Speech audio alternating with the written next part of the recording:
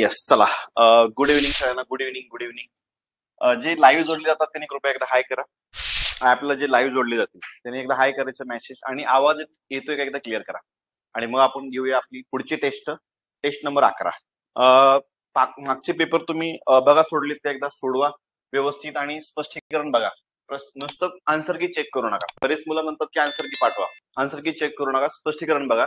स्पष्टीकरणामध्ये शिक्षक लोकांनी कमीत कमी वेळेमध्ये तो क्वेश्चन टॅकल कसा करायचा या सगळ्या गोष्टी तुम्हाला सांगितलेल्या असतात. ओके.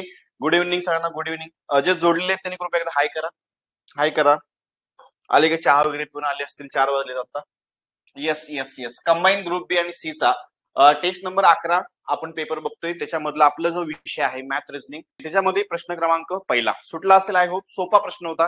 याच्यामध्ये तुम्ही जर डायग्राम आखली असतील तर तुमचा कार्यक्रम संपलेला आहे. डिपॉझिट चूक झालेला लक्षात ठेवा. कारण हा प्रश्न तुमचा कमीत कमी 5 मिनिटं खातो जर डायग्राम आखलेले असतील तर. डायग्राम आखायचं बंद करा. स्मार्ट वर्क करा. जोपर्यंत तुम्ही स्मार्ट वर्क करणार नाही तोपर्यंत मेरिटमध्ये बसणार नाही. हे माझं स्टेटमेंट आहे, लक्षात ठेवायचं. नेहमी लक्षात ठेवायचं. काय त्यांनी विचारलंय असे जर प्रश्न दिसले, तुम्हाला सांगितलं होतं प्रश्नावर टार्गेट करा.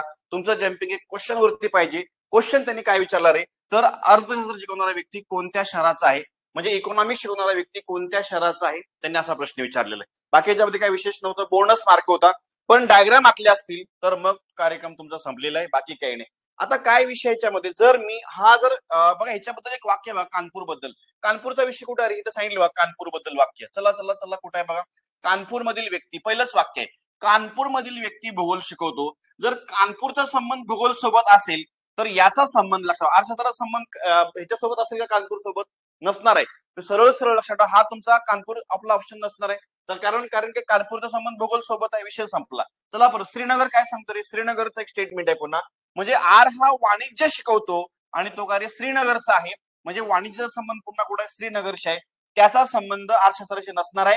हा पण पर्याय माझ्याकडून जाणार आहे. विशेष अजून एक हिच्यामध्ये एक वाक्य आहे. कार्य ओ हा दिल्लीचा असून तो समाजशास्त्र शिकवतो. म्हणजे दिल्लीचा संबंध जर समाजशास्त्राशी असेल तर सरळ सरळ लक्षात ठेवायचं दिल्ली पण माझं उत्तर नसणार आहे.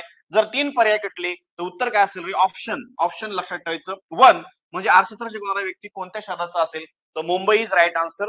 याचं उत्तर काय होतं? मुंबई होतं. सोपा प्रश्न होता. बाकी काय नव्हतं याच्यामध्ये. पण डायग्राम आखायच्या नाहीत. थोडं स्मार्ट वर्क करा.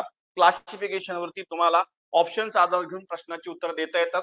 जेवढा प्रश्न मोठा तेवढा प्रश्न सोपा असतो. हे नेहमी लक्षात ठेवायचं. ओके. अडचण प्रश्न क्रमांक 1 मध्ये काय अडचण आहे का? क्लिअर आहे सगळं? क्लिअर आहे. चला जे आवाज येतो का बाळांनो एकदा चेक करा.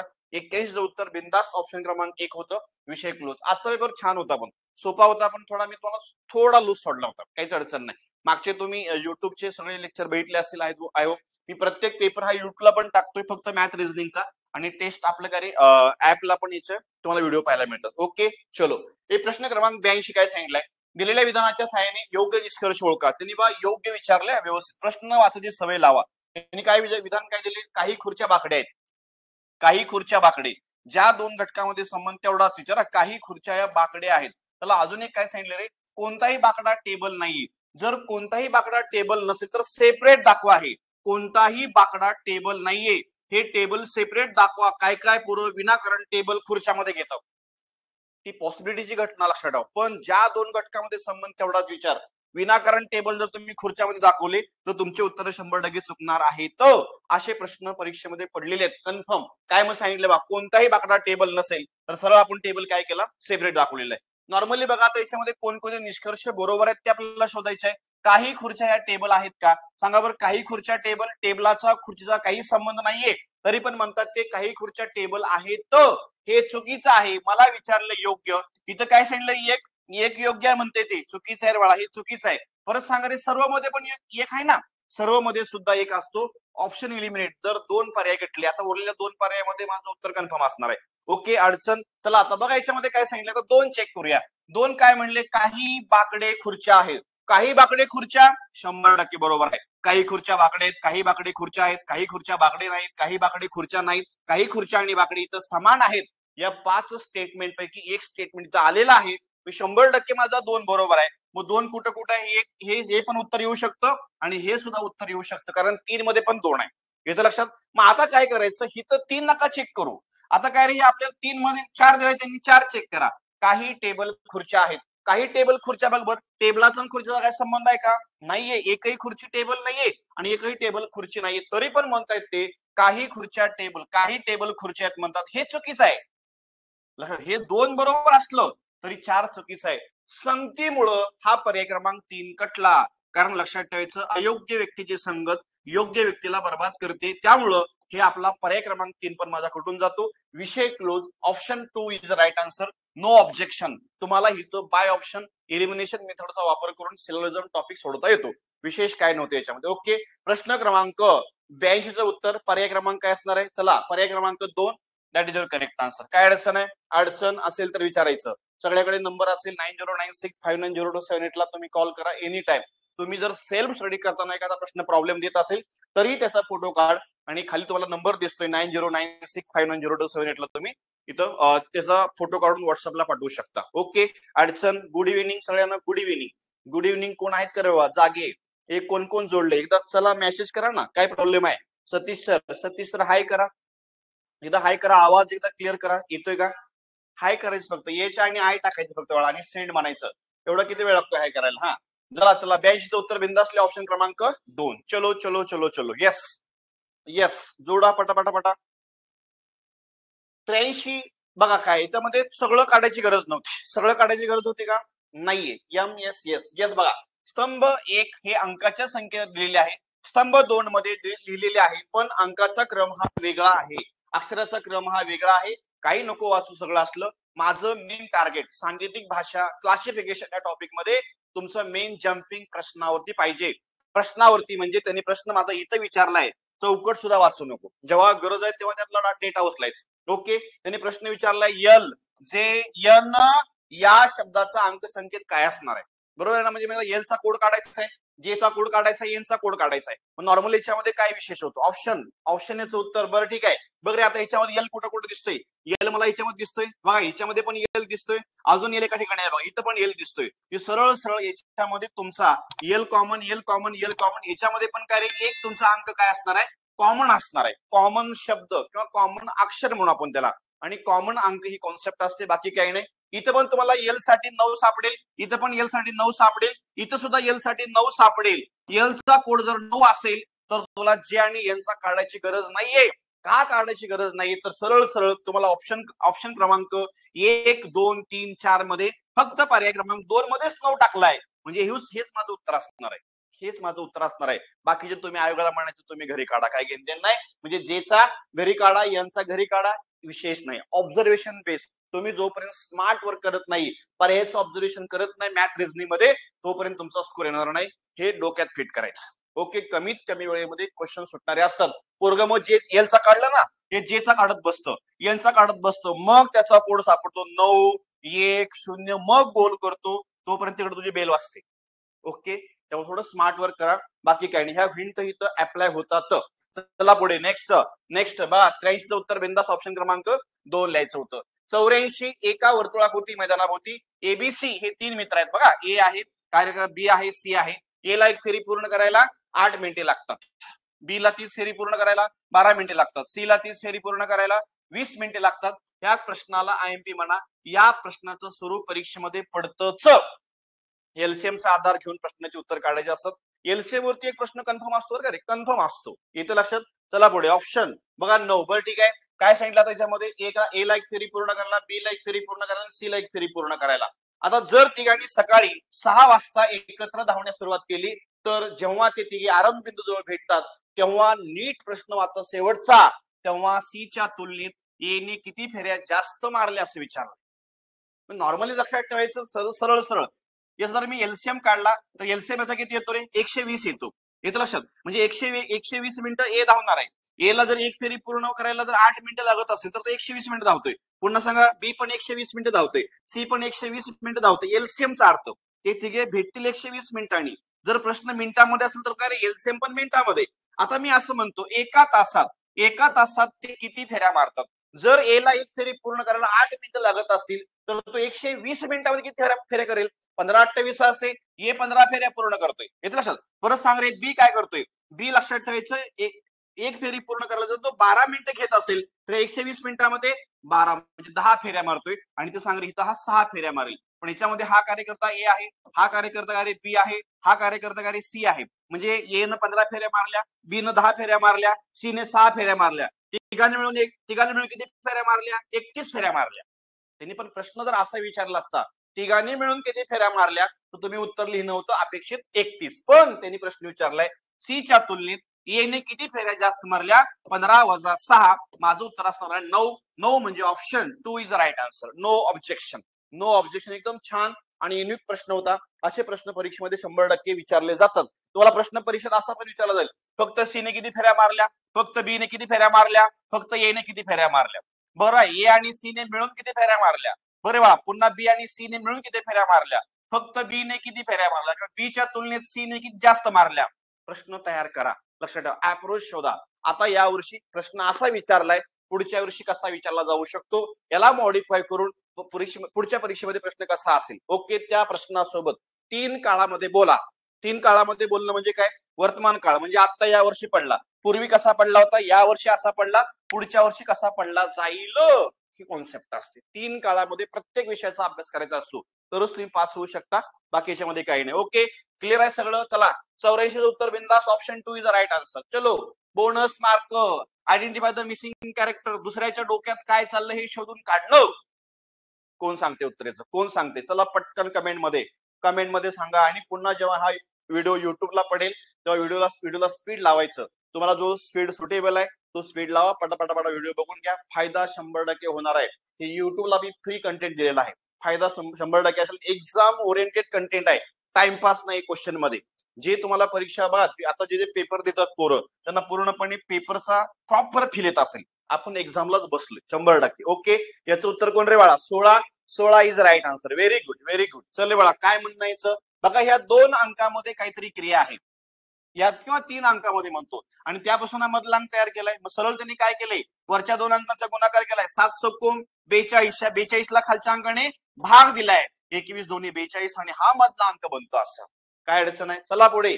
बस तसंच सेम मग 12 आणि 15चा गुणाकार किती येतो? 180 येतो. आणि 180 ला जरी 45 न भाग दिलं तर उत्तर असणार आहे 4. हा मधला अंक असेल. हे चेक करू नका. 2 चेक केले. आता डायरेक्ट आपलं जम्पिंग प्रश्नावरती जायचं. चला, मग इथं किती अंक टाकावा? 10 गुणिले 16 भागिले जर मी 20 केलं तर माझं उत्तर 8 आलं पाहिजे. मग 160 भागिले जर 20 केलं तर उत्तर येते. विषय संपला. म्हणजेच काय? Identify the missing character. इथं काय पाहिजे होतं? तर 16 पाहिजे होतं. Option 3 is the right answer. Option 3 is the right answer. सोपा होता प्रश्न, विशेष काय नव्हतं याच्यामध्ये. आयडेंटिफाय द मिसिंग कॅरेक्टर, दुसऱ्याच्या डोक्यात काय चाललं हे शोधून काढणं, या सगळ्या गोष्टी होत्या. ओके ओके, चलो. MSS. ओके, उत्तर काय बाळा? याचं उत्तर असणार 16.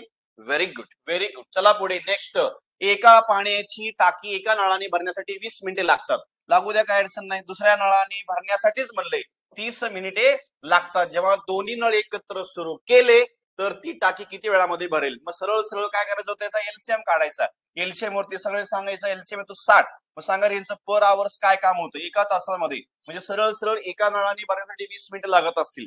म्हणजे सरळ एलसीएम काढला, एकूण काम मिळालं. म्हणजे 60 लिटरची टाकी ए नळाच्या साहाय्याने भरण्यासाठी जर लक्षात 20 मिनिटं लागत असतील तर एका मिनिटामध्ये काढू का? एका मिनिटामध्ये असेल. एका मिनिटामध्ये, पर मिनिट्स म्हणूया.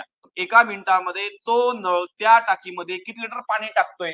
60 भागिले जर आपण लक्षात 20 केलं तर 3 लिटर तो टाकीमध्ये पाणी टाकायचं काम करतोय. पुन्हा सेम 60 लिटरची टाकी बिनळाच्या साहाय्याने भरण्यासाठी जर 30 मिनिटं लागत असतील तर एका मिनिटामध्ये सांग रे 2 लिटर तो पाणी त्या टाकीमध्ये टाकायचं काम करतोय. ऍक्च्युअल दोघं मिळून एका तासामध्ये, एका मिनिटामध्ये फक्त 5 लिटर त्या टाकीमध्ये पाणी टाकायचं काम करतायत. मग काय करायचं? दोन्ही नळ एकाच वेळी सुरू करायचे आहे. म्हणजे 60 भागिले दोघांचं काम काय रे? एका मिनिटामध्ये 5 काम करतात.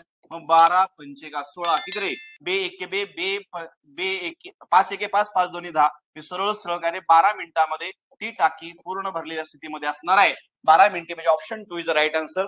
No objection. No objection. काही नव्हतं याच्यामध्ये, विशेष काही नव्हतं. हा सुद्धा बोनस मार्क होता. काय अडचण आहे? जाते सगळ्यांना. चलो चलो, गुड इव्हिनिंग. गुड इव्हिनिंग सगळ्यांना. Good evening. 86चं उत्तर बिंदास लिहायचं. Option 2 is the right answer. No objection. एका क्षेत्रामध्ये सगळ्यात आवडता प्रश्न आहे आयोगाचा. मी मुद्दाम हा क्वेश्चन टाकलेला आहे. बाकीच्यामध्ये काही विशेष नाही. ओके, मग त्यांनी प्रश्न काय विचारलाय? एका शेतात काही मेंढ्या आणि काही मेंढपाळ आहेत. मेंढ्या व मेंढपाळ्यांच्या पायांची एकूण संख्या 98 आहे व डोक्यांची संख्या 26 आहे, तर त्या ठिकाणी मेंढ्या व मेंढपाळ्यांची प्रत्येकी संख्या किती, त्यांनी असा प्रश्न विचारलाय. पण एकूण डोके किती आहेत? डोके 26 आहेत. मग सरळ सरळ 24 आणि 2 26, 25 आणि 1 26 आणि 22 आणि 4 26 आणि 23 आणि 3 पुन्हा 26 होत आहेत. एका प्राण्याला एक डोकं जर पकडलं आपण तर सगळीकडे 26 26 26 स्टेटमेंट आले होतं. मग मला काय करू, सोपं काढतो याच्यामध्ये. तर मेंढ्याच काढल्या अगोदर. मेंढ्या मेंढ्या म्हणजे काय रे, 4 पायवाला प्राणी. तुला आठवतंय का? पाठीमागं पण दिलं तर लक्षात ठेवायचं. मेंढ्या आपल्याला काढायच्या असतील डायरेक्ट. मेंढ्या बरोबर एकूण पाय किती? एकूण पाय वजा 2 गुणिले डोक्यांची संख्या भागिले फक्त 2 करायचं होतं. विषय संपला. 98 वजा ते 26 दोन्ही 52 भागिले पुन्हा 2 म्हणजे सरळ सरळ 46 भागिले 2 जर काढलं तर 23 ह्या मेंढ्या असणार आहेत. मग 23 जर मेंढ्या असतील, दोन्ही मिळून 26 आहेत, त्यातला एक घटक जर 23 असेल तर उरलेला घटक काय असणार आहे बाळा? 3 असणार आहे. विषय close. Option 1 is the right answer. No objection. सोपा होता, काही नाही. मेंढ्या म्हणजे 4 पायाला प्राणी. तुम्ही तर हत्ती विचारला, हत्ती काढा. आलं सर. बैल विचारले, बैल काढा. सिंह विचारले, सिंह काढा. गायी विचारल्या, गायी काढा. ही कॉन्सेप्ट आहे ना. म्हणजे 4 पायावाला प्राणी अगोदर तुमचा निघतो येतो. 4 पायवाले प्राणी. 4 पायवाले प्राणी काढायचे असतील तर सरळ सरळ काय रे, एकूण पाय वजा 2 गुणिले डोके आणि भागिले फक्त 2 करा. तुम्हाला मिळेल सरळ सरळ 4 पायाला प्राणी. आणि उरलेला मग काय असणार आहे? सरळ काय रे, 2 पायाला प्राणी कॉन्सेप्ट होती. विशेष काय नव्हतं याच्यामध्ये. चलो चलो 87 उत्तर बिंदास लिहायचं. 87 उत्तर option 1 is the right answer. No objection. परत सांग रे, एका गावची लोकसंख्या ही बोनस मार्क होता. पहिल्या वर्षी 10% वाढते, दुसऱ्या वर्षी 5% सुद्धा वाढते. सध्या त्या गावची लोकसंख्या जर 1 लाख असेल तर 2 वर्षांनंतर काय असणार आहे? सध्या ही आहे तर 2 वर्षांनंतर वाढणार आहे. कन्फर्म काय असेल मग? 1 लाख आता सध्या असेल तर पहिल्या वर्षी 10% वाढते म्हणजे 100च्या तुलनेत काय होणार आहे? 110 होणार आहे. आणि दुसऱ्या वर्षी पण काय होईल रे? 100च्या तुलनेत 105 होईल. बरोबर. याचं उत्तर काढा म्हणून सांगितले. बाकी काय नव्हतं याच्यामध्ये. 100च्या तुलनेत इथं 10% वाढ, 100च्या तुलनेत 5% वाढ, अशी कॉन्सेप्ट आहे. बाकी काही नाही. 4 शून्य गट मारा. 1 2 3 4 1 2 3 4. उत्तर संपलेलं आहे. 1100 म्हणजे काय रे, सरळ 110 गुणले जर मी 10 केलं तरी 1100 होतील. 1100 गुणले काय रे, 105. याचा गुणाकार येतो 1,15,500. विषय क्लोज. द्या पर्याय क्रमांक 2 हे आहे या प्रश्नाचं उत्तर. बोनस हाही बोनस होता, पण असे बोनस मार्क येतात 100% येतात, कारण त्याच्यामध्ये प्रश्नाची विभागणीच तशी आहे. ते 20 प्रश्नामध्ये काय रे वा, 3 टप्प्यामध्ये विभागणी असते. याच्यामध्ये काय एकदम सोपे सुटणारे, जर एखादा विद्यार्थी अभ्यास करून गेलेला असेल तर सुटणारे असे 10 प्रश्न असतात. परत सांग रे, मध्यम स्वरूपाचे म्हणतोय मी. मध्यम स्वरूपाचे 6 किंवा 7 क्वेश्चन असतात. थोडे तुम्हाला वेळ खाणारे, पण त्याच्यामध्ये पुन्हा 3 किंवा मी असं म्हणतो 4 हे अवघड असतात. तुम्हाला लक्षात ठेवायचं, तिथं वेळ खाऊ असतात. मग शोधा, आपले कोण आहेत ते शोधा. मला 16 जरी प्रश्नाची उत्तरे बरोबर आली ना तरी माझा स्कोर सफिशियंट आहे. 16-17 जरी मिळाले तरी बिंदास तुम्ही मेन्सच्या मेरिट मध्ये असतात. कारण हा डिसाइडिंग फॅक्टर आहे. हा विषय सगळ्याला जमतो असं नाहीये, आणि ज्याला जमतो तो मेरिट मध्ये दिसतोच. शब्द वापरतोय, त्यामुळे थोडं करा व्यवस्थित. बाकी काही नाही याच्यामध्ये. ओके, जमते, क्लिअर दिसते सगळ्यांना? काय अडचण? क्लॅरिटी ओके का? ओके. MSCS चला बरे. 88 उत्तर बिंदास लेवाळा. काय रे उत्तर? पर्याय क्रमांक 2 असणार आहे. हाही बोनस होता. तुम्हाला ट्रिक सांगण्यासाठी हा प्रश्न दिलाय मी. असा प्रश्न भरपूर, असे प्रश्न भरपूर विचारतात आतापर्यंत आयोगाने. काय विचारले बघा याच्यामध्ये 4 पुरुष म्हणजे काय रे, मेल आहेत ना. 4 पुरुष 6 मुले मध्ये किंवा शब्द आणि पुढे आणि शब्द वापरला ना, ट्रिक्स तुम्हाला सांगतो काय करायचं. 4 पुरुष किंवा 6 मुले एक काम 12 दिवसामध्ये कंप्लीट करतात. म्हणजे इथं काय रे, तुमचे मेल आहेत आणि इथे काय असणार आहेत? मुले. 6 मुले म्हणले ना. 4 पुरुष ना, 4 पुरुष किंवा 6 मुले. 6 मुले म्हणून सांगितले. बरं ठीक आहे, इथं यम करतो, इथं बॉईज करतो आणि त्याने दिवस ते लावतात. तसंच पुढे विचारले 6 पुरुष म्हणजे मेल तर 3 मुले हे काम किती दिवसामध्ये करतील, असा प्रश्न होता. विशेष काय नव्हतं याच्यामध्ये. हाही बोनस मार्क होता. सरळेची मांडणी अशी करून घ्या. काय करायचं तुम्हाला सांगतो. इथं 4 परत काय रे 6, इथं 12 आणि पुन्हा 6 परत सांग रे बा 3. इथं त्यांनी क्वेश्चन मार्क विचारलाय. मग सरळेचं सोल्युशन काय करायचं? सरळ वरच्या अंकाचा गुणाकार करा. ट्रिक्स तुम्हाला सांगतो. इथं हे 4 गुणिले 6 गुणिले 12 करायचं आणि छेदामध्ये फक्त याचा तिरकस गुणाकार करा आणि बेरीच्या रूपामध्ये खाली लिहायचा फक्त. म्हणजेच काय, 4 त्रिकम 12. परत सांग रे बाळा, इथं 6 36, 6 36 याचं सोल्युशन तुम्हाला मिळणार आहे दिवसांची संख्या. विषय क्लोज. म्हणजेच कसं 4 गुणिले 6 गुणिले काय रे 12 छेदामध्ये ही किती होतात? हे होतात तुमचे 48. ओके. 6 7 42, 6 8 48, 6 1 6, 6 8 48, पुन्हा 4 1 4, 4 2 8, 2 1 2, 2 सख 12. उत्तर असणार आहे 6 डेज. 6 days म्हणजे उत्तर लिहायचं option 4 is the right answer. सोपा होता, हा बोनस मार्क होता, पण एक ट्रिक साठी तुम्हाला इथं दिलेलं आहे. याचं उत्तर काय रे? 9 नाही बाळा, 9 नाही, 9 नाही. प्लीज 6 उत्तर यायला पाहिजे, माझ्या मते तरी 6 पाहिजे. No objection. ऑब्जेक्शन थोडं क्लिअर करा, बाकी काही नाही. याच्यामध्ये विषय संपला. बेसक 12 किंवा सरळ जर केला असतं इथं, हा काय रे बाळा, इथं इथं इथं इथं साईन चौक 24 2 48 12ची निमपट 6च असणार आहे. 6 उत्तर पाहिजे. ओके, 6 उत्तर पाहिजे. 89चं उत्तर बिंदास लिहायचं. पर्याय क्रमांक 4 इज राईट आन्सर. चलो हे बघ रे, हा पण बोनस होता. हा पण बोनस होता म्हणजे कसा? 265 चे म्हणजे गुणिले 40% म्हणजे 40/100 अधिक 180 चे म्हणजे गुणिले 35% म्हणजे 35/100 बरोबर एक्स चे किती रे बाळा? 50% म्हणजे 50/100. याची कॉन्सेप्ट होती. विषय संपला. 50 एके 50 इथंच कॅल्क्युलेट करू शकता बघा. 50 एके 50, 50 दोन्ही 100. पुन्हा इथला एक शून्य गट मारा, इथला एक शून्य गट मारा. 5 ने भाग द्या, 5 ते 35 आणि 5 दोन्ही 10, बे एके बे, बे 9 18. काही अडचण नाहीये. पुन्हा शून्य पुन्हा शून्य. बघ रे बाळा इथं बे दोन्ही 4, बे पंचे 10. पुन्हा 5 एके 5, 5 5 25, 5 त्रिक 15 म्हणजे 53ची दुप्पट किती झाली? 106 झाली. 106 प्लस 7 9 63 बरोबर आहे का? 7 9 63, 7 9 63 बरोबर. हे कसे असणार आहेत? एक्स चे 1/2 असणार आहेत. काहीच अडचण नाही. याची बेरीज करा, किती येते? 169 येते. सरळ सरळ म्हणलं 169. हा पलटी मारतो 1/2, त्याचं उलटून गेलेले होणार आहे. काय होईल रे? 2. बघा 2/1 बरोबर तुम्हाला एक्स मिळेल. 169 ची डबल सरळ येणार आहे. 9 2 18, 9 2 18 म्हणजे शेवटी 8 वाला ऑप्शन तुमचं उत्तर असणार आहे ऑप्शन 4. म्हणजे एक्स बरोबर 338 माझं उत्तर होतं. पर्याय क्रमांक 4 इज राईट आन्सर. कॅल्क्युलेशन होता हा प्रश्न, कॅल्क्युलेशन बेस्ड प्रश्न होता. बाकी याच्यामध्ये काही विशेष नव्हतं. ओके, हाई बोनस मार्क होता. बाकी बघा प्रश्न एकदम छान आहेत, पण तुम्हाला एक्झाम ओरिएंटेड जे परीक्षेमध्ये तसे प्रश्न त्या तेवढ्या टायमिंग मध्ये सुटतील असे क्वेश्चन आयोग डिझाईन करतो, तसेच क्वेश्चन आपण टाकतोय. बाकी काही नाही. 90चं उत्तर पर्याय क्रमांक 4 पाहिजे होतं. कोणाचं काय ऑब्जेक्शन? चलो चलो, गुड इव्हिनिंग सगळ्यांना. Good evening, good evening. आवाज येतोय का? आवाज इथं अजून एकदा क्लिअर करा. आधी मध्ये काही प्रॉब्लेम आला तर प्लीज मला एकदा हाय टाका. ओके, हाई बोनस मार्क होता. वय मोजणे परफेक्ट तंतोतंत मला वय सांगायचं असतं. तो व्यक्ती किती महिन्याचा, किती दिवसाचा, किती वर्षाचा झाला, पण परफेक्ट सांगायचं असतं याच्यामध्ये. बघा मग वाय वाय वाय वाय म्हणजे काय असतं? लक्षात ठेवा. इयर. यम यम म्हणजे काय रे वा? मंथ. आणि काय रे? डीडी. डीडी म्हणजे काय? डेज असणार आहेत. मग कसं सोडवायचं हे? बघा, राजाचा जन्म 7 ऑगस्ट 1990 रोजी झाला. जन्म नेहमी वजा करायचा. कोणत्या तारखेतून? ज्या तारखेला वय विचारले त्याच्यातून जन्म वजा करायचा. मग सांगा 23 जून जुलै म्हणजे 7वा महिना असतो. आणि परत सांगले वा किती म्हणले? साल 2025. याच्यातून जन्म वजा करायचा. जन्म सांगितलाय 07 ऑगस्ट म्हणजे 8वा महिना आणि वर्ष 1990. ही जन्मतारीख वजा करून टाका. विषय क्लोज. आता 23 मधून 7 गेले, बघूया आपण उत्तर. 16 येते का? किंवा 16 6 6 12 13 बरोबर आहे. 16 दिवस. 16 दिवस शेवटी कुठं आहे हे माझे पर्याय असणार आहेत. 16 दिवस शेवटी पाहिजे. इथं 18 सांगितलंय, इथं 17 सांगितलंय. हे दोन तर उत्तर माझे नसणार आहेत. चला उत्तर काय रे? एक तर तुमचं उत्तर पर्याय क्रमांक 1 असेल किंवा पर्याय क्रमांक 2 असणार आहे. मग सरळ इथं प्रॉब्लेम आहे सर. वरच्या 7 मधून खालचे 8 जात नाहीयेत. वरच्या महिन्यातनं खालचे महिने जात नाहीत. मग अशा वेळी आपण काय करतो? अलीकडचं 1 वर्ष उचलून घेतो पलीकडे. 1 वर्ष तुम्ही मला कुठलं घेऊ? कुठलेही घ्या. लक्षात ठेवायचं प्रत्येक वर्षामध्ये महिने हे कन्फर्म आहेत. 12 महिने असतात, पण ह्याला गोल करा. इथं लिहा 2024 पहिल्यांदा. 1 वर्ष उचलून द्या. 12 प्लस इथले 7 झाले 19. 19 मधून 8 गेले 11 महिने.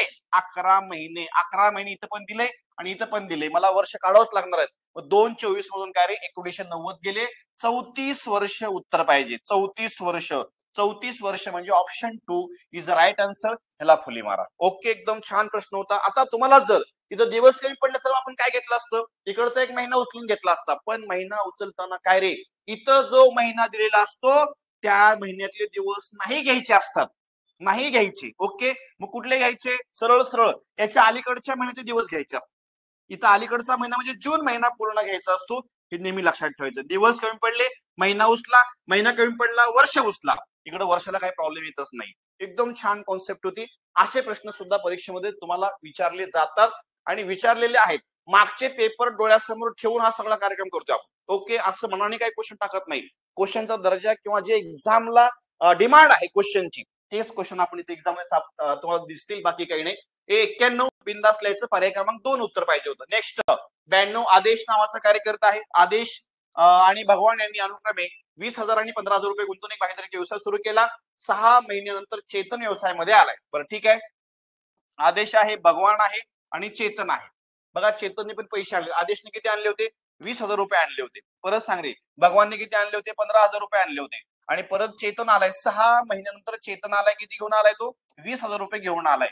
आणि 2 वर्षानंतर त्यांना जर 25,000 रुपये नफा होत असेल तर भगवानचा वाटा किती असणार आहे? बोनस मार्क आहे. काही याच्यामध्ये पार्टनरशिप वरती प्रश्न असतो का? 100% असतो. बघा सरासरी, भागीदारी, वयवारी, नफा तोटा, शेकडेवारी, आंतर, वेळ, वेग, लसावी मसावी, एक 1 व्हेरिएबल आणि 2 व्हेरिएबल एवढंच करा. आणि याच्यामध्ये अजून एक टॉपिक ऍड करा, लक्षात ठेवायचं प्रोबॅबिलिटी. बस हे 10 टॉपिक तुम्हाला आरामात 7 मार्क मिळतात. आरामात 7 मार्क मिळतात. ओके. आपण रॅपिड फायर म्हणून एक अजून लक्षात ठेवा, एक्झामच्या बरोबर एक 10 दिवस किंवा 15 दिवस अगोदर युट्यूबला आपण रॅपिड फायर म्हणून एक पुन्हा सिरीज चालू करणार आहोत. फ्री टू ऑल महाराष्ट्रामध्ये ही सिरीज असणार आहे. रॅपिड फायर खाऊ दे गोरगरीब आपण सिरीजला नाव देतोय. बघूया आपण विषय काय त्याच्यामध्ये. चल रे, आता काय याच्यामध्ये कालावधी किती आहे? कालावधी 2 वर्षानंतर म्हणले ना. मग कालावधी नेहमी कशामध्ये करायचा? वर्षाचा कालावधी नेहमी महिन्यामध्ये करायचा. 2 वर्ष म्हणजे 24 महिने. बघा रे, व्यवसायात पहिल्यापासून शेवटपर्यंत 2 कार्यकर्ते आहेत, भगवान आणि काय तुमचा हा आदेश आहे. हा 24 महिने असणार आहे. हा पण 24 महिने असणार आहे. पण 6 महिन्यानंतर चेतन आलाय. याचा अर्थ 24 महिन्यापैकी 6 महिने चेतन नव्हता. किती महिने असणार आहे मग? 8 आणि 7 14. बघा लक्षात, 18 महिने असेल का? 18 महिने तो व्यवसायामध्ये असणार आहे. विषय क्लोज. ओके. आता याच्यामध्ये काय, एका संख्येने भाग देणं. प्रॉफिट जर वाटायचं असेल तर रेशो काढावा लागतो. रेशो काढल्याशिवाय प्रॉफिट वाटता येतो का? नाही येत. विषय क्लोज. मग चला लक्षात येते. 3-3 शून्य गट मारूया. 3-3 शून्य गट मारणं म्हणजे काय? 3-3 जातात का? 3 परत सांगा, 3 परत सांगरे, 3 एका संख्येने भाग. 6 1 6, 6 2 12, 6 3 18, 6 चौक 24 आणि 6 चौक 24. पुन्हा 5 ने भाग द्या. 5 चौक 20, 5 त्रिक 15 आणि 5 चौक 20. पुन्हा 4 ने भाग जातो. हे 4 1 4, 4 1 4, 4 1 4. त्यांना होणाऱ्या नफ्याचे गुणोत्तर 4 3 प्रश्न बघा, 25,000 रुपये नफा झालाय आणि भगवानला वाटायचंय. भगवानचा रेशो 3 आहे. मग सरळ सरळ 25,000 गुणले काय नाही, ज्याला वाटायचं त्याचा रेशो भागिले तिघांच्या गुणोत्तरांची बेरीज करतो. मग सरळ सांग रे, इथं 6 10 झाली. 10 म्हणजे सरळ इथला 1 शून्य, इथला 1 शून्य. 25 त्रिक 75 म्हणजे वरचे परत 2 शून्य. विषय क्लोज. 7,500 रुपये आपल्याला भगवानला द्यावे लागतील. काहीच अडचण नाही. एकदम छान युनिक प्रश्न आहे. असे प्रश्न तुम्हाला परीक्षेमध्ये विचारले जातात. तो एनी ऑब्जेक्शन काय अडचण आहे का? अडचण काय असेल तर विचारू शकता. ओके. 92चं उत्तर बिंदास्त लिहायचं. पर्याय क्रमांक 1. चलो चलो चलो. दिलेल्या आकृतीमध्ये एकूण त्रिकोण किती आहेत? How many triangles in this diagram? तुम्हाला बघा 4 लेअरची जर डायग्राम विचारली. 4 लेअर म्हणजे काय? बेस ना. Base 1, base 2, base 3, base 4. 4 base पर्यंत डायग्राम विचारली. तुम्हाला बी ट्रिक सांगतो. वर्गात सगळ्या गोष्टी मी सांगितल्या मुलांना. जर 5वी बेस आला, 6वा बेस आला तर मग काय करायचं? 4 बेसला काय करायचं? सरळ छोटे त्रिकोण मोजा. छोटे त्रिकोण किती? 1 2 3 4 5 6 7 8 9 10 11 12 13 14 15 16. या 16ची डबल करा. 16 दोन्ही 32 आणि कंपल्सरी म्हणतोय मी, कंपल्सरी कुठनं आलं? सूत्रातले 5 मायनस करायचं. 16 दोन्ही 32 वजा 5. उत्तर असणार आहे 27 इज राईट आन्सर. ऑप्शन 2 हे तुमचं उत्तर होतं. विशेष काय नव्हतं याच्यामध्ये. जर तुम्हाला 4 लेची डायग्राम आली तर काय नंबरिंग करणं आणि शेवटच्या अंकाचे डबल करणं, त्यातनं कंपल्सरी हे 5 मायनस करणं. सूत्रातलं 5 आहे ते. विषय संपला. याचं उत्तर पाहिजे होतं 27 is a right answer. No objection. Okay. जायचंय पुढं. 93 नंतर 94. पुन्हा एकदा लक्षात ठेवा, तुम्हाला अजूनही तर ही टेस्ट सिरीज तुम्ही घेतली नसेल तर कृपया घ्या. 100% फायदा होणार आहे. 100%. 149 मध्ये काय रे, यशाचं अंतिम शस्त्र म्हणजे सरळ सरळ जर बघितलं, पुन्हा लास्ट तुमचा रॅपिड फायर म्हणून आपण टॉपिक वाईज पीओची टेस्ट सिरीज लॉन्च केलेली आहे. तुमच्या आगामी 21 डिसेंबरच्या परीक्षेला याचा 100% फायदा होणार आहे.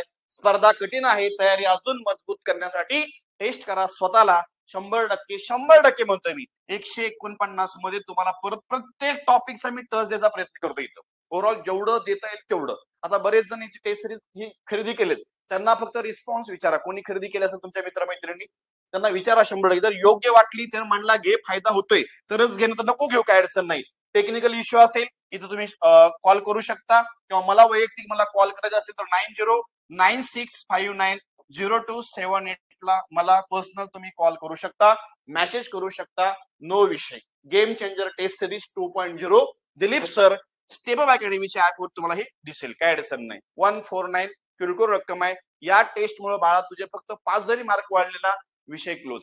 तुला अगोदर जर 15 पडत असतील किंवा अगोदर तुला 10 पडत असतील, 5 जर वाढले ना 15 झाले आणि मार्क तुमचे रिझल्ट हे 0.25 जातात, 1 न जातो, 1.5 ने जातो. त्यामुळे हे तुम्हाला फायदाच ठरणार याचा, काहीच अडचण नाही. चला पुढे पुढचा क्वेश्चन. PQREST 5 गावे एकमेकांच्या शेजारी बसले आहेत. PA गाव क्यूच्या पश्चिमेला आहे. आता ज्याला चा शब्द लागतो ना सिटिंग अरेंजमेंट मध्ये, ज्याला चा शब्द लागतो तो SP असतो. SP म्हणजे काय? स्टार्टिंग पॉइंट असतो. हे नेहमी लक्षात ठेवायचं. काय सांगितले बाईनं? काय म्हणले? पी हे क्यूच्या म्हणले. पी हे क्यूच्या पश्चिमेला, पूर्व पश्चिमेला. बघा पी पश्चिमेला पाहिजे. चला विषय काही अडचण नाही. वसलेले आहे. आर हे पीच्या दक्षिणेला, पीच्या दक्षिणेच्या पूर्व पश्चिम उत्तर दक्षिण. मग सांग रे इथं काय पाहिजे? आर हे पीच्या दक्षिणेला. मग इथं आर घेऊ का? चला विषय क्लोज. चला नेक्स्ट. टी हे क्यूच्या उत्तरेला, टी हे क्यूच्या उत्तरेला वरती असणार आहे. मग टी इथं घ्यायला पाहिजे. ओके, उत्तर दिशा वरती असणार आहे. चला पुढे. एस हे टीच्या पूर्वेला, टीच्या पूर्वेला यस पाहिजे. ज्याला चा शब्द तो स्टार्टिंग पॉइंट घ्यायचा. विषय क्लोज. आणि प्रश्न विचारलाय तर आर हे यस गावाच्या कोणत्या दिशेला आहे? आता बघा आर हे यस पासून कोणत्या दिशेला आहे त्यांनी प्रश्न विचारलाय. आर हे यस पासून, इथं मग प्लस मार्क निश्चित करा. म्हणजे पूर्व पश्चिम उत्तर दक्षिण, याच्यामध्ये क्रॉस टाका. आग्नेय नैऋत्य वायव्य ईशान्य, असं ही दिशा कुठली असते? आग्नेय नैऋत्य. नैऋत्य उत्तर लिहायचं बिंदास. विषय संपला. नीट प्रश्न वाच. आर हे गाव यस गावाच्या म्हणले, यस पासून आर कोणत्या दिशेला आहे? तर आग्नेय नैऋत्य दिशेला असणार आहे. Option 3 is right answer. काय अडचण आहे? Problem, any objection? समजतंय का सगळ्यांना? समजतंय का? कोण कोण आहे ऑनलाईन? ए बरे वा, काय प्रॉब्लेम आहे का? प्रॉब्लेम आहे का काय विचारा. चला आरती मॅडम, चला अमित, रवींद्र, शुभम, सौजन्य, काय अडचण आहे? जमतंय का? थोडं काय युनिकनेस वाटतोय प्रश्नाचा वगैरे काय? आणि स्पष्टीकरणाचा फायदा होतोय का ते पण सांगा. युट्यूबला तुम्ही कमेंट जाऊन वाचा माझ्या, बघा तुम्हाला लक्षात येईल नक्की काय क्वेश्चनचा दर्जा आहे तो. 94 उत्तर लिहायचं बिंदास. ऑप्शन क्रमांक 3 इज राईट आन्सर. चला हा पण सोपा होता. असा प्रश्न परीक्षेमध्ये येणार. सिटिंग अरेंजमेंट लावून प्रश्न विचारला होता. पुढील माहिती काळजीपूर्वक वाचा आणि विचारलेल्या प्रश्नांची योग्य उत्तर द्या म्हणून सांगितले. आता कार्यकर्ते किती आहेत रे? 1 2 3 4 5 6 7 कार्यकर्ते. मग 7 आपण डायग्राम काढू. कच्ची 7 व्यक्तींची एका भिंतीवर बसलेले असून ते सर्वजण पूर्वेकडे बघत आहेत. बघू द्या, काय अडचण नाही. हो असं पूर्वेकडे बघते. सगळ्यांनी तोंड कुठे इकडे आहेत ना. मग सेंटर जर काढला, 1 हे 2 इकडचे 3 आणि पलीकडे परत काय मी 3 बसवतो आणि सगळे कुठे बघतायत? हे पूर्वेला बघतायत. या दिशेकडे तोंड करून बसलेले आहेत. हे दिशा का मेन्शन करतो आयोग तुम्हाला? त्याचं उजवा आणि डावं आपल्याला कळावं म्हणून दिशा मेन्शन करतो, बाकी काही नाही. ओके. एबी. चला मग एबी उत्तर यायचं. बरं ठीक आहे, व्हेरी गुड. आता बघा विषय काय याच्यामध्ये, तुम्ही हे जर स्टेटमेंट वाचलं प्रॉब्लेम येणार आहे. बघा लक्षात, हे स्टेटमेंट वाचलं पुढे त्याच्यामध्ये पॉसिबिलिटी तयार होतील. पण एक तुम्हाला मदत करणारं वाक्य असतं. एक मदत करणारं वाक्य शेवटी आहे बघा. दक्षिण बाजूकडून डी हा 3ऱ्या क्रमांकावरती आहे. दक्षिण बाजू सगळ्यांना माहिती आहे. पूर्व पश्चिम उत्तर दक्षिण बाजूकडून पहिला, दुसरा आणि तिसरा कोण आहे? डी बसलेला आहे. आता डीच्या संदर्भात एक व्यक्ती जो बसवतो आपण त्याच्या संदर्भात स्टेटमेंट शोधायचे. म्हणजे डी संदर्भात कोण नाही तो वाक्य बघा. मग सी हा डीच्या लगतच्या उजवीकडे आहे. बघा सी हा डीच्या लगतच्या उजवीकडे, डी इकडे बघतोय, राईट खाली असणार आहे. मग सी कुठं असेल तर इथं असेल. कळतंय? चला आता पुन्हा सी बद्दल किंवा बी बद्दल वाक्य बघायचे. परत काय रे? बी हा एका टोकाला असून तो ई हा त्याचा शेजारी आहे. मला सांगा, बघा इथं कळते, लगेच कळते. आता हे वाक्य मदत करतं आपल्याला. बी हा एका टोकाला असून त्याच्या शेजारी कोणाला बसवायचं आहे? ई ला बसवायचं आहे. मग बी ला इथं बसवू शकतो का मी? कारण ऑलरेडी सी न जागा इथं फिक्स केलेली आहे. मग सरळ बी हा एका टोकाला म्हणजे बी इथं बसणार आहे. कन्फर्म बी इथं बसेल. आणि त्याच्या शेजारी मला कोण घ्यायचं आहे? E for elephant. बी बसला, ई बसला, काहीच अडचण नाही. बघा कडचा एक मला सापडलाय.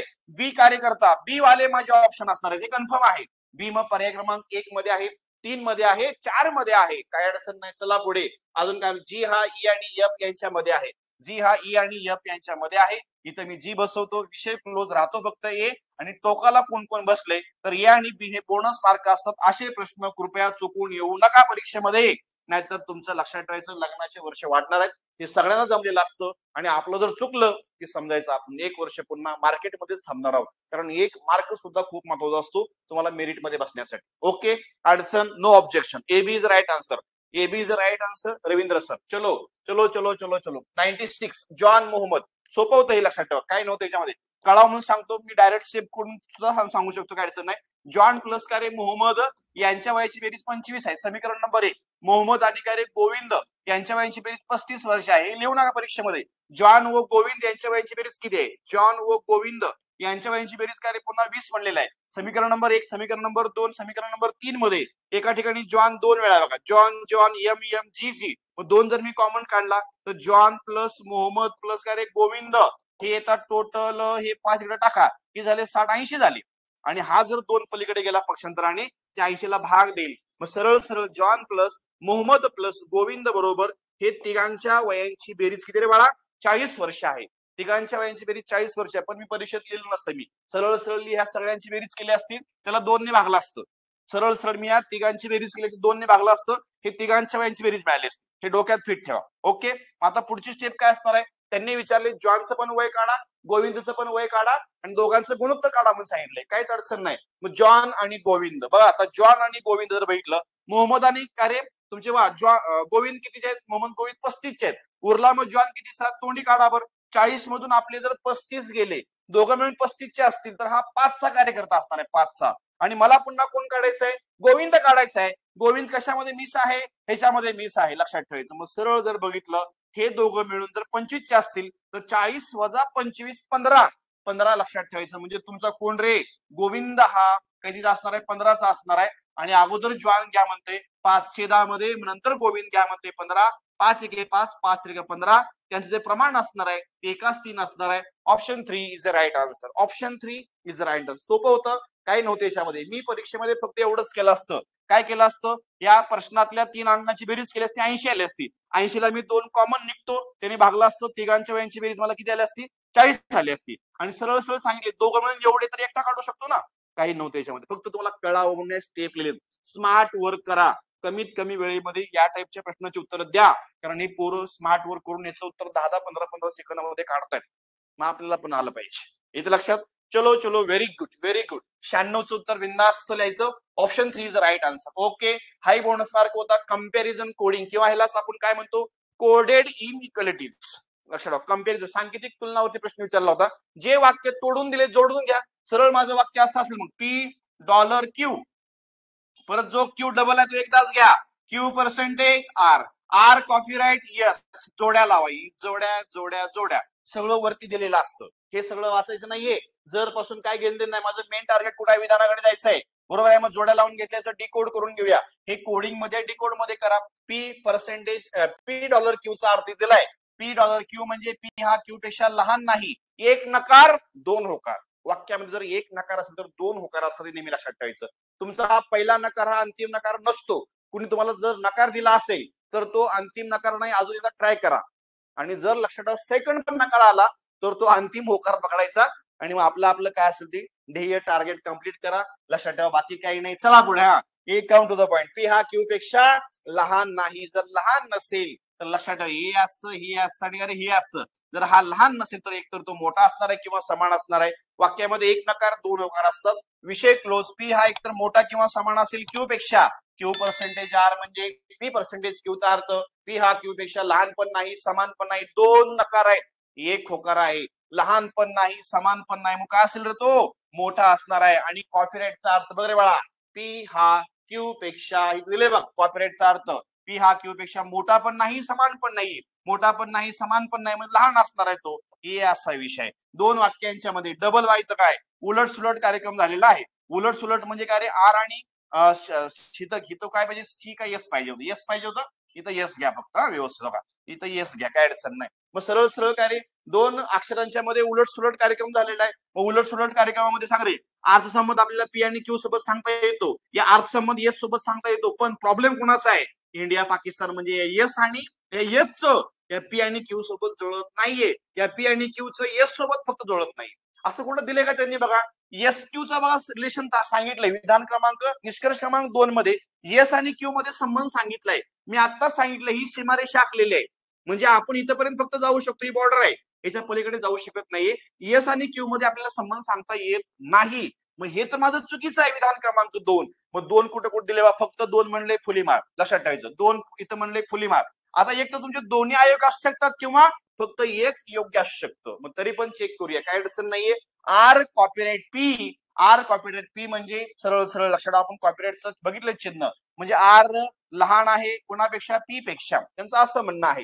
बघूया मग चेक करूया. आर काय रे, मोठा किंवा समान नाही, मग लहान असणार आहे. मग सरळ सरळ नंबरिंग केलं, नंबरिंग जर केलं, लक्ष द्या व्यवस्थित ना, आरपी आरपीच आहे ना, आरपी. हा चला मग जर समजा लक्षात ठेवायचं, इथं पी ची किंमत जर मी 4 पकडली तर हा असणार आहे मोठा किंवा समान असणार आहे. वरचा अंक पुढचा शब्द पुन्हा सांगणे, हा मोठा असेल. येते लक्षात.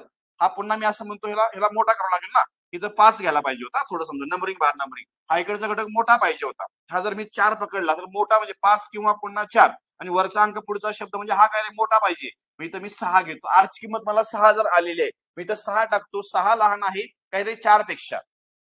6 लहान आहे 4 पेक्षा, हे तुम्हाला योग्य वाटतंय का? 6 मोठा आहे ऍक्च्युअली 4 पेक्षा, पण ते लहान आहे म्हणून सांगतायत. मग हे पण चुकीचं आहे, हे पण चुकीचं आहे, दोन्ही अयोग्य. Option 4 is right answer. एकदम छान आणि युनिक क्वेश्चन होता, बाकी काही नाही. येस येस मुस्कान मॅडम, मी बघतो. थोडं माझ्या बाळाचा वाढदिवस होता, माझ्या मुलाचा वाढदिवस होता. 2 दिवस मी पूर्ण बिझी होतो, त्यामुळे बऱ्याच मुलांच्या मेसेजला रिप्लाय देऊ शकलो नाही. मी आज संध्याकाळी बसलो की सगळ्यांच्या मेसेजला रिप्लाय देणार आहे. डोंट वरी, लक्षात ठेवायचं. ऍक्च्युली शुक्रवार शनिवार 2 दिवस पूर्णपणे मुलाच्या वाढदिवसामध्ये गेलेले, त्यामुळे कृपया प्लीज प्लीज ओके सहकार्य करा. फक्त एक बरोबर आहे, फक्त एक बरोबर. कसं असेल, आरपी आरपी बघ, आर आणि पी जर संबंध भेटला ना, आर पी ची किंमत जर 4 घेतली तर क्यू काय सांगतोय, हा मोठा का लहान, हा मोठा पाहिजे का, हा मोठा पाहिजे का रे. बरं ठीक आहे, पी मोठा आहे क्यू पेक्षा, मग तो लहान पाहिजे. मग थांबा एक मिनिट, थोडं बा नंबरिंग इथं चुकलेलं आहे बहुतेक. सरस सरस, okay okay okay okay, thank you thank you thank you. मग आर पी ची किंमत जर मी 4 घेतली तर सरळ काय म्हणते, सरळ काय म्हणते, हा पी मोठा पाहिजे क्यू पेक्षा, म्हणजे क्यू लहान पाहिजे होता रे, इथं 3 पाहिजे होता, आणि दोघं समान पण पाहिजे, आणि वरचा अंक पुढचा शब्द इथं 2 पाहिजे. थांबा रे, इथं चुकल्यावर काय, सॉरी, होतं असं गडबडीमध्ये, होतं कधी कधी कधी कधी. Ravindra sir very good very good, होतं असं कधी कधी, जस्ट आत्ता गावून आलोय त्यामुळे होतं तसं. चला पुढे.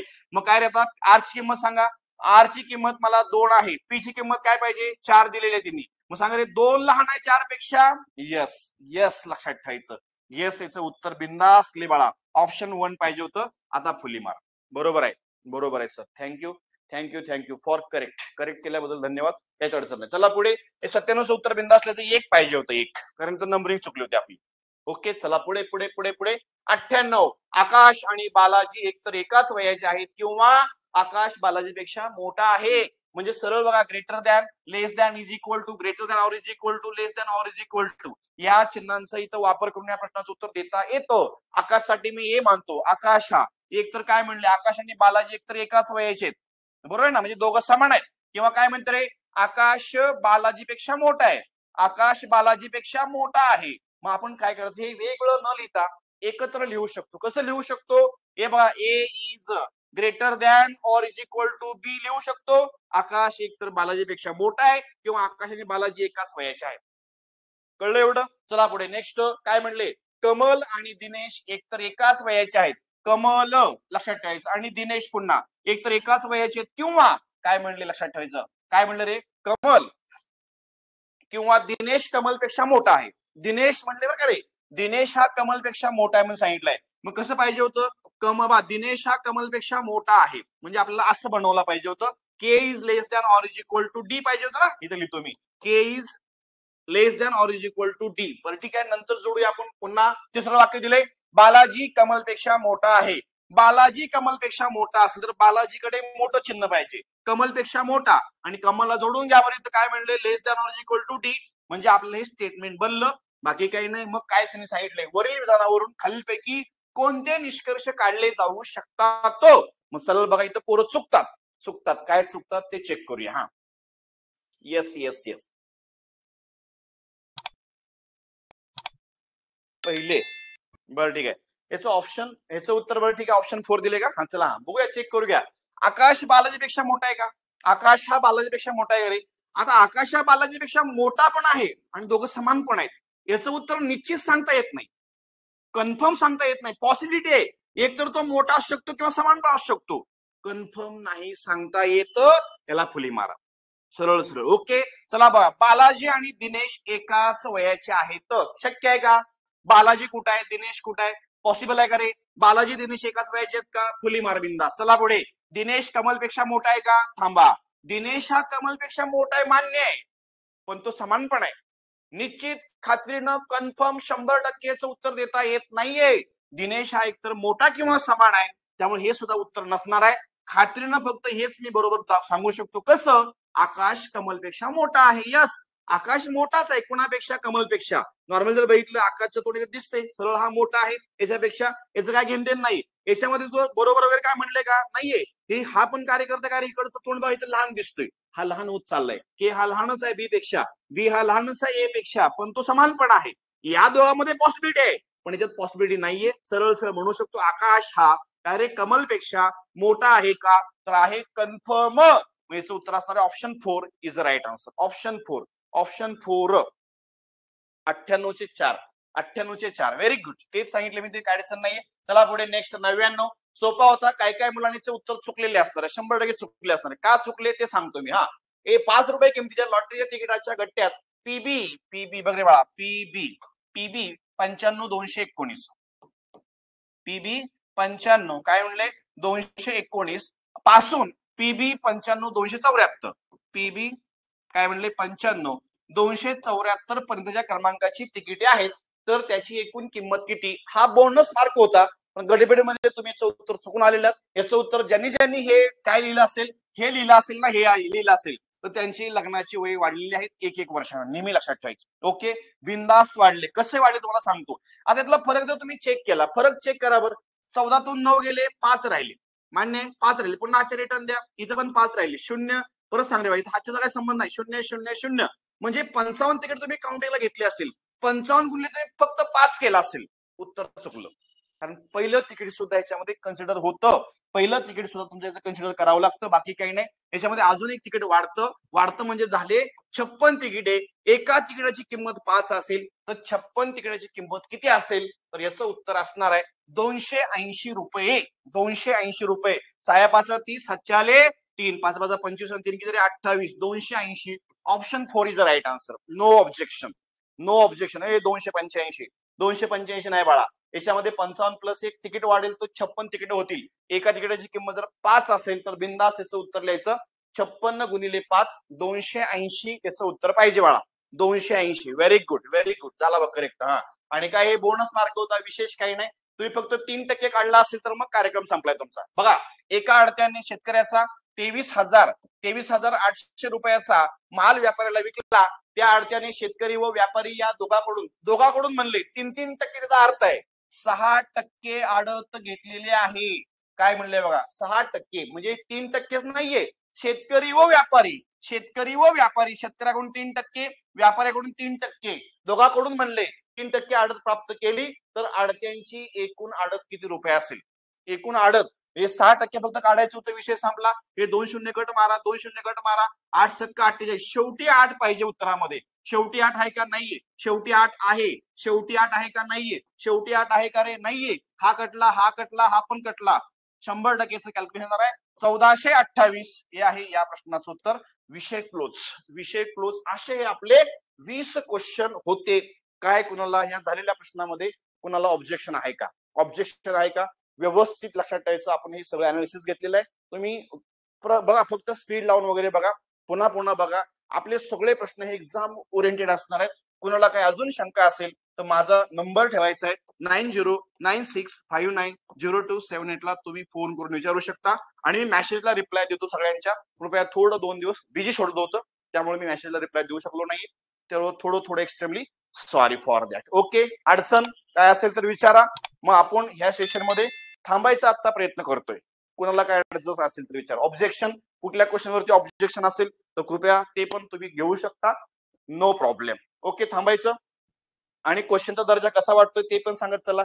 युट्यूबला एखादी छान कमेंट करत चला, काहीच अडचण नाही. तुम्हाला जे वाटतं ते कमेंट करा. चांगलं वाटलं चांगलं म्हणा, वाईट वाटलं वाईट म्हणा. ओके बाळा, चलो. छान छान छान. रवींद्र सर, चलो. थँक्यू. थांबायचं मग. आता या सेशन मध्ये टेस्ट क्रमांक 11 मध्ये आपण इथंच थांबतोय. पुन्हा भेटूया टेस्ट क्रमांक 12 मध्ये. तोपर्यंत थँक्यू व्हेरी मच.